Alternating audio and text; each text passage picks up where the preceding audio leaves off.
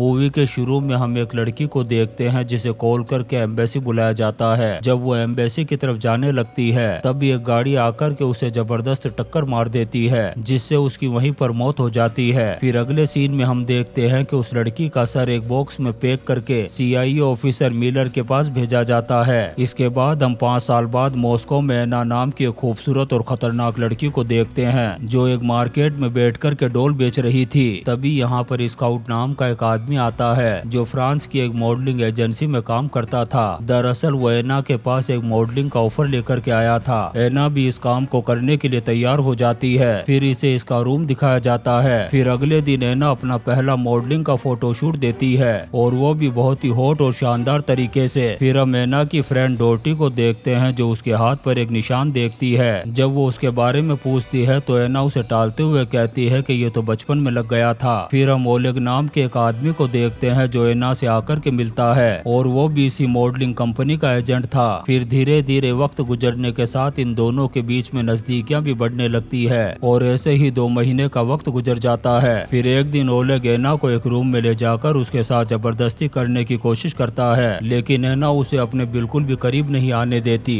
और उससे पूछती है कि तुम सच सच बताओ कि क्या काम करते हो। तब ओलेग उसे बताता है कि वो दूसरी कंट्रियों में इलीगल तरीके से हथियारों की सप्लाई करता है। जब एना को उसके बारे में सारी इंफॉर्मेशन का पता चल जाता है तब वो एक दूसरे रूम में जाकर के अपनी बॉडी से एक वायर को रिमूव करती है और फिर ओलेग की माँ बहन एक करने के लिए वापस आती है और उसे गोली मार कर के नासा के रॉकेट में बैठा देती है। फिर यहाँ से कहानी 3 साल पहले की दिखाई जाती है जहाँ पर हम एना को देखते हैं जो अपने एक बॉयफ्रेंड के साथ रहती थी और उसका बॉयफ्रेंड उसे बुरी तरीके से टॉर्चर करता था और मारता पीटता था। इसी के चलते एना ने सुसाइड करने की कोशिश की थी और अपने हाथों की कलाई को काट लिया था। दरअसल ये वही निशान था जिसके बारे में उसकी फ्रेंड डोरोटी ने पूछा था। फिर हम एलेक्स नाम के एक एजेंट को देखते हैं जो KGB कंपनी के लिए काम करता था। वो एना को KGB कंपनी को ज्वाइन करने का ऑफर देता है और कहता है कि इस कंपनी को ज्वाइन करने के बाद तुम एक बहुत बड़ी सेलिब्रिटी बन जाओगी। तब एना भी उसकी बात को मान लेती है। फिर एलेक्स एना को ओल्गा नाम की एक औरत के पास ले जाता है। वो भी इसी कंपनी के लिए लोगों को मिशन देने का काम करती थी। जब ओल्गा एना की प्रोफाइल देखती है तो एलेक्स से कहती है कि ये लड़की हमारे किसी भी काम की नहीं है, ये तो सिर्फ मर्दों को इम्प्रेस करने का काम कर सकती है। तब एलेक्स उससे रिक्वेस्ट करता है कि इसे एक मौका देकर के देखो। तब ओल्गा उसकी बात मानते हुए एना को एक आदमी का फोटो और एक गन देती है और एक रेस्टोरेंट के बारे में बताते हुए कहती है कि ये उसकी सबसे पिछली सीट पर बैठा हुआ मिलेगा। तुम जाओ और इस आदमी की माँ बहन एक करके इसका फोन लेकर के हमारे पास आओ। अब एना भी इस काम को करने के लिए तैयार हो जाती है और फौरन उस आदमी की माँ बहन एक करने के लिए उस रेस्टोरेंट में पहुंचती है। अब जैसे ही ये अपनी गन निकाल करके उस आदमी पर गोली चलाती है तब इसे पता चलता है कि उस गन में तो गोलियां ही नहीं है। अब यहाँ पर उस आदमी के बहुत सारे सिक्योरिटी गार्ड मौजूद थे। वो सभी एना पर टूट पड़ते हैं और उसे जान से मारने की कोशिश करते हैं, लेकिन एना कोई मामूली लड़की नहीं थी। ये उन सभी पर मौत बनकर के टूट पड़ती है और बुरी तरीके से धुलाई करते हुए एक सिक्योरिटी गार्ड की गन को छीन लेती है और एक एक करके सबको मौत के घाट उतारना शुरू कर देती है। काफी देर तक घमासान लड़ाई के बाद एना यहाँ पर लाशों के ढेर लगा देती है। तभी वो आदमी जिसे एना मारने के लिए आई थी वो पीछे से आकर के उस पर हमला कर देता है, लेकिन आज एना को रोकना मुश्किल ही नहीं बल्कि नामुमकिन था। वो एक चाकू से स्टेप करके उस आदमी की भी माँ बहन एक कर देती है। फिर वो उसका फोन लेकर के ओल्गा के ऑफिस में पहुंचती है। तब ओल्गा उसे कहती है कि तुमने इस काम को अंजाम देने में 5 घंटे का टाइम लगा दिया, जबकि ये काम सिर्फ 5 मिनट में होना चाहिए था। लेकिन फिर भी वो एना को KGB में रख लेती है।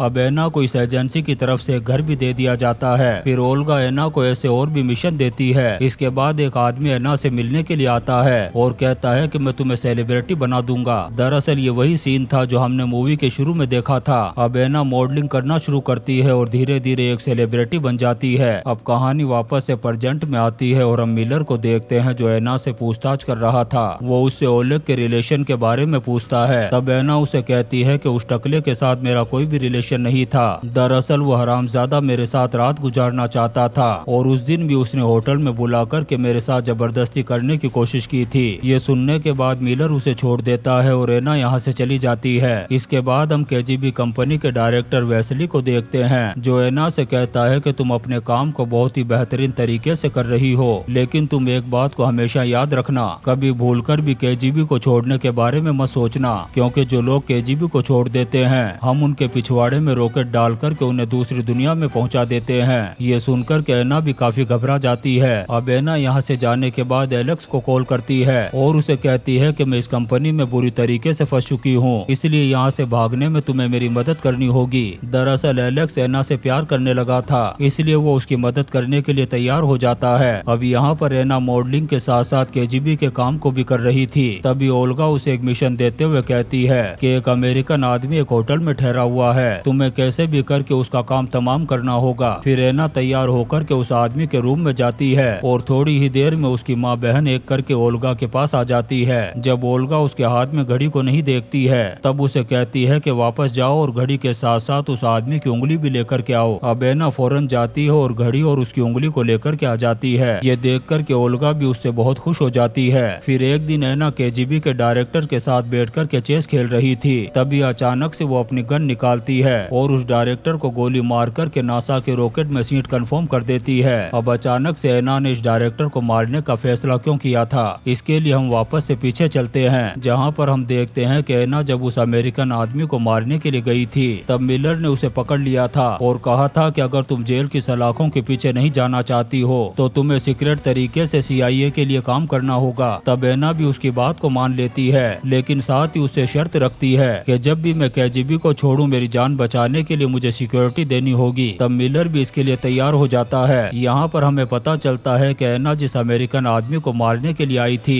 दरअसल उसने उसे मारा नहीं बल्कि जिंदा छोड़ दिया था और ओल्गा को जाकर के बोल दिया था कि मैंने उसका विकेट गिरा दिया है। लेकिन ओल्गा ने सबूत के तौर पर जब उसकी उंगली मांगी तब एना को साबित करने के लिए उसकी उंगली को काट कर के लाना पड़ा। अब एना केजीबी के साथ साथ CIA के लिए भी काम कर रही थी। अब मिलर भी उसे इन्फॉर्मेशन लेने के लिए मिलता रहता है और ऐसे ही करते हुए वो एना को पसंद करने लग जाता है और एना भी उसे लाइक करने लगी थी। फिर एक दिन मिलर उसे कहता है कि तुम्हें केजीबी के डायरेक्टर वेस्ली का काम तमाम करना होगा। तब एना केजीबी की कंपनी में जाकर के वेस्ली को इम्प्रेस करने की कोशिश करती है और वो भी उसके साथ टाइम स्पेंड करते हुए चेस खेलने के लिए तैयार हो जाता है। तब वो मौका देख कर के अपनी गन निकालती है और वेस्ली का काम तमाम कर देती है। तभी यहाँ पर एलेक्स आ जाता है और वो एना से कहता है कि अब तुम बचकर के यहाँ से नहीं जा सकोगी। तब एना उसे भी एक शॉट देकर के बेहोश कर देती है और वो एकदम नॉर्मल होकर के इस केजीबी कंपनी से बाहर निकलने लगती है। तभी यहाँ पर अलार्म बजना शुरू हो जाते हैं। इसी वजह से इस पूरी कंपनी के रास्तों को ब्लॉक कर दिया जाता है। अब कोई भी इस कंपनी से बाहर नहीं निकल सकता था। तभी हम मिलर को देखते हैं जो इस कंपनी के बाहर कार लेकर के खड़ा हुआ था ताकि वो एना को बचा कर के यहाँ से ले जाए। अब इस कंपनी के सिक्योरिटी गार्ड को एना पर डाउट हो जाता है, वो उस पर गोलियां चलाने लगते हैं। तब एना भी आगे बढ़ते हुए एक एक करके उनका काम तमाम करती जाती है। कंपनी के अंदर एना और सिक्योरिटी गार्ड के बीच में काफी देर तक गोलियां चलती रहती है। उधर बाहर मिलर को लगने लगता है कि अब एना जिंदा बचकर के बाहर नहीं आ सकेगी। तब वो भी अपनी गाड़ी लेकर के यहाँ से खिसक जाता है। उधर कंपनी में हम एना को देखते हैं जो मौत को नंगा नाच नचा रही थी। उसने ऐसा कत्लेआम मचा दिया था कि चारों तरफ लाशें ही लाशें नजर आ रही थी।